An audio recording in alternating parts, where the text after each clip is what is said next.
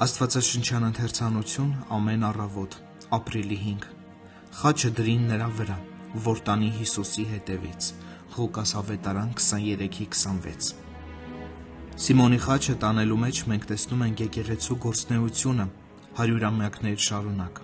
Հիսուսի հետևից խաչը տանող եկեղեցու գործունեությունը։ Հիշիր ընկերս, Հիսուսը նրա համար չի չարչարվել, որ չարչարանքները շրջանցեն քեզ։ Նա խաչը չի տարել նրա համար, որ դու խուսափես դրանից, այլ որպեսզի դու տանես այն։ Քրիստոսը փրկում է մեղքից, բայց ոչ վշտերից։ Հիշիր այդ մասին և սպասիր տառապանքներին։ Բայց եկեք մխիթարվենք մեզ այն մտքով, որ մեր դեպքում, ինչպես և Սիմոնի դեպքում, մենք տանում ենք ոչ թե մեր խաչը, այլ Հիսուսի խաչը։ Երբ դու տառապանքներ ես կրում բարեպաշտության համար, քեզ վրա նենգորեն ծիծաղում են, հիշիր, խաչը քոնը չէ, այլ Քրիստոսինն է։ Ինչ ուրախություն է մեր Տեր Հիսուսի խաչը տանելը։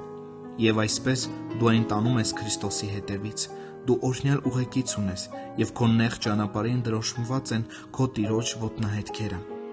Այդ խաչի վրա նրա արյունաշաղախ ուսերի հետքերն են։ Նա գնում է առջևից, ինչպես հովիվը ոչխարների առջևից։ Ամեն օր վերցրու խաչդ և հետևիր Հիսուսին։ Հիշիր նաև, որ դու այն մենակ չես տանում։ Ոմանք համարում են, որ Սիմոնը տանում էր ոչ թե ամբողջ խաչը,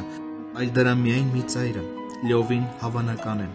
Ըստ երևույթին Հիսուսը տանում էր ամենածանր մասը,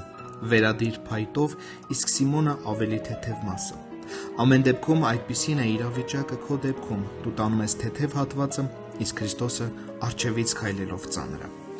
Եվ հիշիր, Սիմոնն այն տանում էր ոչ երկար ժամանակ, բայց Աստծո եկեղեցին այդ մասին հիշում է մինչ օրս։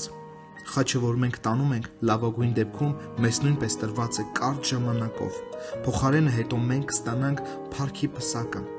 Իհարկե, մենք պետք է սիրենք խաչը և փոխարենը խուսափելու նրանից։ Մենք պետք է գնահատենք այն, խնայենք այն, քանի որ մեր թեթև նեղությունը, որ մի պահ է միայն, շատ ավելի գերազանց է, հավիտենական փառքի արժեք է առաջ բերում մեզ համար։